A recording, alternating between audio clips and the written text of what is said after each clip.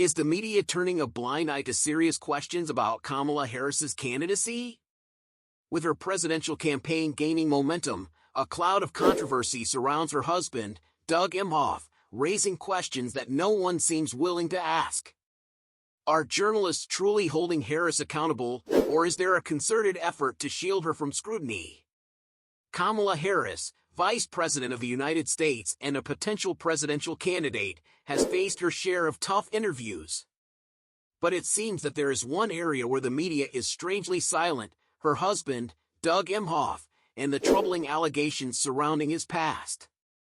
Fox News' Bret Baier recently challenged Harris on several pressing issues, but his questioning stopped short of addressing the most glaring topic: Emhoff's alleged misconduct.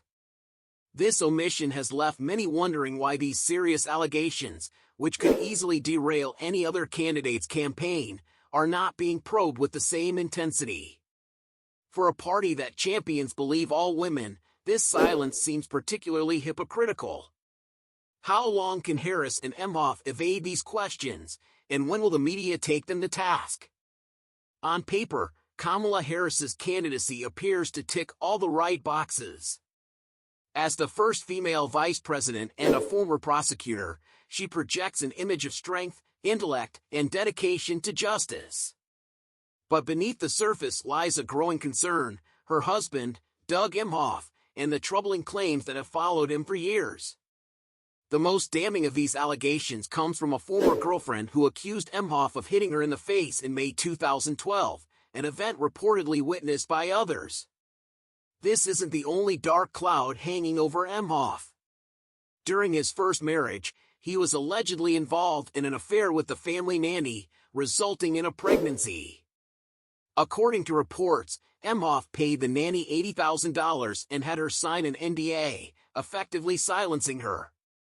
One would think that Harris, with her background as a prosecutor and her dedication to women's rights, would be the first to address these claims. After all, Democrats have long positioned themselves as the party of protecting women, especially in the wake of the #MeToo movement. But Harris has remained conspicuously quiet. When asked tough questions in interviews, she dodges, deflects, and moves the conversation toward safer topics. Even in Baier's commendable interview, which saw him pushing back on her rehearsed answers and vague rhetoric, there was no mention of Emhoff's past. Is this a calculated move by the media and Harris's team to keep this subject off limits? It's not just about Emhoff's past relationships, either. His former colleagues have come forward with accusations of misogyny in the workplace, claiming that Emhoff created a toxic environment where women who didn't flirt with him were punished and where men's-only events were a common occurrence. These allegations are serious, and in any other political landscape, they would be the focal point of Harris's campaign. Yet, they are swept under the rug, leaving voters to wonder if there is a deliberate effort to protect her candidacy from these damaging stories. Harris's strategy of avoidance is clear. Instead of addressing these tough questions, she and Emhoff have leaned into a narrative of empowerment, positioning themselves as champions of women and families. Emhoff, in particular, has spoken out about the importance of lifting up women, all while ignoring the troubling allegations from his own past.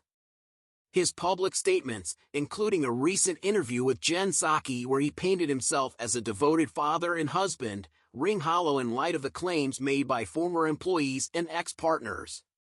The hypocrisy is striking, and yet, the media seems uninterested in challenging this narrative. Perhaps the most frustrating aspect of this situation is the way the media handles these stories. Imagine if Emhoff were a Republican. Would these allegations be buried so quickly? Would there be no in-depth investigative reporting? The double standard is glaring. While Kamala and Doug are allowed to glide through interviews without addressing these tough issues, Republicans facing similar accusations would be scrutinized relentlessly. The mainstream media's reluctance to confront Harris and Emhoff on these allegations only fuels the growing distrust in journalism. Kamala Harris and Doug Emhoff's carefully crafted public personas may be fooling some, but the cracks are showing. The troubling allegations against Emhoff demand answers, and Harris, as a self-proclaimed advocate for justice and women's rights, must be held accountable. The media's reluctance to address these issues only perpetuates the notion that some candidates receive special treatment.